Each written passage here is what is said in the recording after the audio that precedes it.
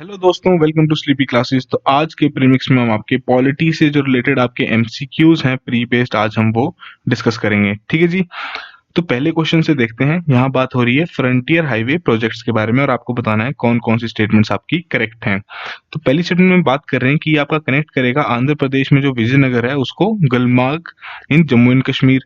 Second में बात कर रहे हैं ये जो आपका हाईवे है ये इंटरसेक्ट करेगा with the proposed east west industrial corridor highway in the foothills of Arunachal Pradesh. Third में कह रहे हैं ये जो पूरा प्रोजेक्ट है आपका होम मिनिस्ट्री द्वारा मॉनिटर किया जाएगा। तो रिसेंटली इससे रिलेटेड कुछ आपको न्यूज जरूर सुनी होगी आपने।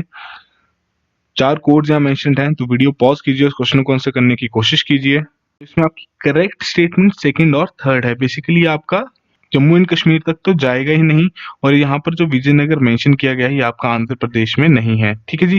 जैसे कि आप यहाँ देख सकते हैं ये आपका अरुणाचल प्रदेश में ही एक प्लान्ड हाईवे है, 1800 किलोमीटर लॉन्ग हाईवे, जो कि आपका तवांग से लेकर विजयनगर तक, यहाँ के विजयनगर पे जाएगा। ठीक है जी। ना कि यहाँ पर आंध्र प्रदेश के विजयनगर के बारे में बात हो रही है। ये आपका अरुणाचल प्रदेश के अंदर ही हाईवे है जो बनाने का प्रोजेक्ट है जिसका। ठीक है जी। और ये आपका अलोंग जो इंडो तिब्बतियन बॉर्डर है उसके अलोंग ये पूरा प्रोजेक्ट है। तो रिसेंटली एक यूएस बेस्ड एडवोकेसी ग्रुप ने काफी कंसर्न्स दिखाए हैं इस प्रोजेक्ट के ऊपर। क्यों? क्योंकि जब वर्ल्ड वॉर 2 के दौरान अप्रोक्सीमेटली 400 यूएस मिलिट्री एविएटर्स का माना जा रहा है कि वो इस साइट पर क्रैश हो गए थे। ठीक है जी। और इस चक्कर में काफी रिसर्च ऑपरेशन भी वहां हुए कि किस तरीके से कुछ रिमेन्स वहां मिल सकें। तो इंडिया का जो ये प्रोजेक्ट है ये आपका पूरा मैकमोहन लाइन के अलोंग है इन द अरुणाचल प्रदेश। जैसे कि हमने स्टेटमेंट में भी डिस्कस कर लिया कि ये यूनियन होम मिनिस्ट्री द्वारा मॉनिटर किया जाएगा। ठीक है जी। गवर्नमेंट वहां पर इंडस्ट्रियल कॉरिडोर की भी प्लानिंग कर रही है। बेसिकली ये तवांग से होते हुए आपका विजयनगर तक जाएगा। बाकी रीजन्स यहाँ मेंशन है कौन कौन सा एरिया ये पूरा आपके बॉर्डर के लॉन्ग कवर करेगा। गवर्नमेंट ने ऑलरेडी ही जितनी भी एनवायरमेंटल क्लियरेंसेज हैं वो काफी रिलैक्स कर दी हैं फॉर बॉर्डर एरिया प्रोजेक्ट्स। इसे हम Arunachal frontier highway and Mago Thingbu Vijaynagar border highway के नाम से भी कहते हैं। यहाँ पर आपका ट्रांस अरुणाचल हाईवे भी है जो कि अरुणाचल प्रदेश के बीच में से जाएगा, और आपका एक Arunachal east west corridor highway भी है जो कि असम बॉर्डर के जो फुटहिल्स है उसके लॉन्ग ये पास करेगा। ठीक है जी। तो बेसिकली जितने प्रोजेक्ट्स हैं जो लुक ईस्ट कनेक्टिविटी कंसेप्ट है उसके आधार पर इन्हें परस्यू किया जा रहा है। जैसे हमने ऑलरेडी डिस्कस किया कि आपका जो east west industrial corridor highway है उसे ये इंटरसेक्ट करेगा। साथ के साथ ये आपका दिबांग वाइल्ड लाइफ सेंचुरी से भी क्रॉस करेगा, जिसके चलते काफी एनवायरमेंटल इश्यूज होने के चांसेस हैं। ठीक है जी। अब देखते हैं किस तरीके से प्रोजेक्ट कंप्लीट किया जाता है। ठीक है जी। तो ये सेकंड क्वेश्चन देखते हैं। यहाँ बात हो रही है नेशनल डिजिटल हेल्थ मिशन के बारे में, और आपको बताना है कौन कौन सी स्टेटमेंट्स आपकी करेक्ट हैं। पहले में कह रहे हैं कि ये स्कीम ऑलरेडी लॉन्च कर दी गई है as a pilot launch in union territories of Chandigarh, Ladakh, Dadra Nagar Haveli, Daman and Diu, Puducherry, Andaman and Nicobar islands and Lakshadweep. मतलब सारे यूनियन टेरिटरीज में आपकी एज अ पायलट स्कीम इसे लॉन्च कर दिया गया है। ठीक है जी। सेकंड में कह रहे हैं कि इसमें जो आपका नेशनल मेडिकल कमीशन है उन्हें मैंडेट दिया गया है कि वो डिजाइन करें, बिल्ड करें, और इसकी जो पूरी इंप्लीमेंटेशन है इस मिशन की पूरी कंट्री में इसके ऊपर काम करें। ठीक है जी। थर्ड में कहा जा रहा है कि हर एक इंडियन को इसमें एक हेल्थ आईडी कार्ड दिया जाएगा जिसमें उनकी सारी मेडिकल डिटेल स्टोर होंगी, including prescription, treatment, diagnostic reports and discharge summaries. ठीक है जी। सो यहाँ 3 स्टेटमेंट्स दी हैं। नेशनल डिजिटल हेल्थ मिशन काफी बार हमारे करंट अफेयर के टॉपिक में भी डिस्कस हो चुका है, तो आप वीडियो पॉज कीजिए और इस क्वेश्चन को आंसर करने की कोशिश कीजिए। बेसिकली इसमें आपकी फर्स्ट और थर्ड स्टेटमेंट बिल्कुल सही है। यहाँ पर आपका नेशनल मेडिकल कमीशन को नहीं दिया गया है ये कार्यभार, ये आपका नेशनल हेल्थ अथॉरिटी को ये कार्यभार सौंपा गया है। ठीक है जी। जैसे कि ऑलरेडी हम डिस्कस कर चुके हैं कि इसमें आपके unique health identity cards provide किए जाएंगे, डिजिटाइज हेल्थ रिकॉर्ड्स होंगे। ठीक है जी। With identified for doctors and health facilities. साथ के साथ ये जो आपकी स्कीम है ये आयुष्मान भारत प्रधानमंत्री जन आरोग्य योजना के अंडर आती है। इसमें आपकी 6 की बिल्डिंग ब्लॉक्स हैं: health ID, digi doctor, health facility registry, personal health records, e pharmacy and telemedicine. Core building blocks हैं इस मिशन के, वो ये हैं कि जो हेल्थ आईडी है, डिजी डॉक्टर है और हेल्थ फैसिलिटी रजिस्ट्री है, ये गवर्नमेंट ऑफ इंडिया द्वारा ओन्ड, ऑपरेटेड एंड मेंटेन्ड किया जाएगा। ठीक है जी। इसमें जो प्राइवेट स्टेक होल्डर्स हैं उनके पास भी इक्वल अपॉर्चुनिटी है कि वो इंटीग्रेट कर सकते हैं और अपने खुद के प्रोडक्ट्स लॉन्च कर सकते हैं मार्केट में। जो इसमें कोर एक्टिविटीज हैं और वेरिफिकेशंस हैं वो आपकी सरकार के पास ही रहेंगी। तो बेसिक सा आइडिया इस आईडी कार्ड का यही है कि जब भी कोई व्यक्ति किसी हॉस्पिटल में विजिट कर रहा है, किसी डॉक्टर को दिखा रहे हैं, तो वहां पर जब वो आईडी कार्ड अपना देंगे, ये हेल्थ आईडी कार्ड जब प्रोवाइड करेंगे, तो वहां पर जो भी डॉक्टर होंगे वो पूरी इनकी मेडिकल हिस्ट्री वहां देख सकते हैं कि कहाँ कहाँ इन्होंने अपना चेकअप करवाया है, किस तरीके की प्रिस्क्रिप्शन ये ले रहे थे। ठीक है जी, तो काफी अच्छा इनिशिएटिव है। आप देखते हैं किस तरीके से ये काम करता है। तो बेसिकली जैसे आप देख सकते हैं इसमें सारे जितने भी आपके स्टेक होल्डर्स हैं उनको इन्वॉल्व किया गया है, एक इकोसिस्टम तैयार किया गया है ताकि बेटर सर्विसेज प्रोवाइड की जा सके पेशेंट्स और सिटीजन्स को। ठीक है जी, सो आपका बेसिक्स आइडिया था नेशनल डिजिटल हेल्थ मिशन से रिलेटेड। तो थर्ड क्वेश्चन में आपकी बात हो रही है नेशनल पॉपुलेशन रजिस्टर, एनपीआर। ठीक है जी, और इसमें बताना है कौन कौन सी स्टेटमेंट्स आपकी इनकरेक्ट हैं।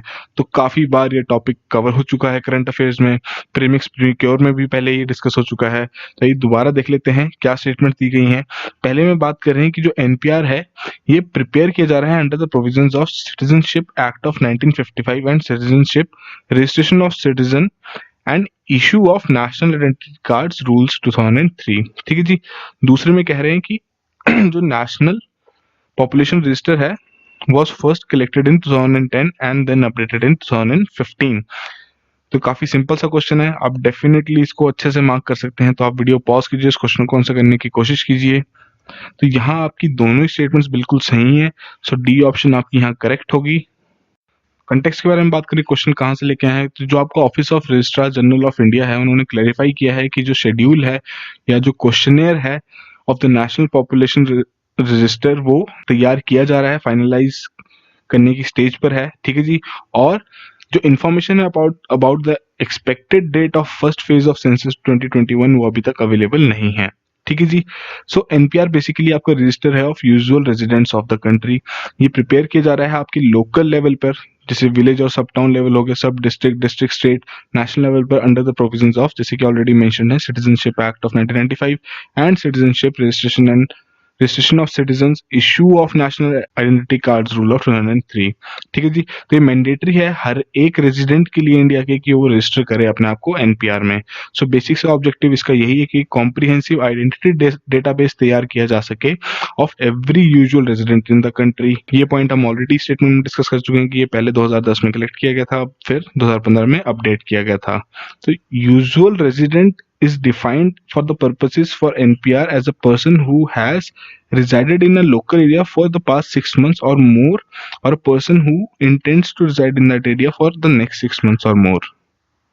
अर्थात कि जो आपकी यूजुअल रेजिडेंट है वो उसकी डेफिनेशन के अकॉर्डिंग ऐसा है कि वो पर्सन तब यूजुअल रेजिडेंट कहलाएगा जब वो किसी लोकल एरिया में पिछले 6 महीने से रह रहे हों, या फिर या उससे ज्यादा टाइम के लिए रह रहे हों, या फिर कोई व्यक्ति उस एरिया में अगले 6 महीने या उससे ज्यादा रहना चाहते हो। ठीक है जी, तो उन्हें यूजुअल रेजिडेंट कहा जाएगा।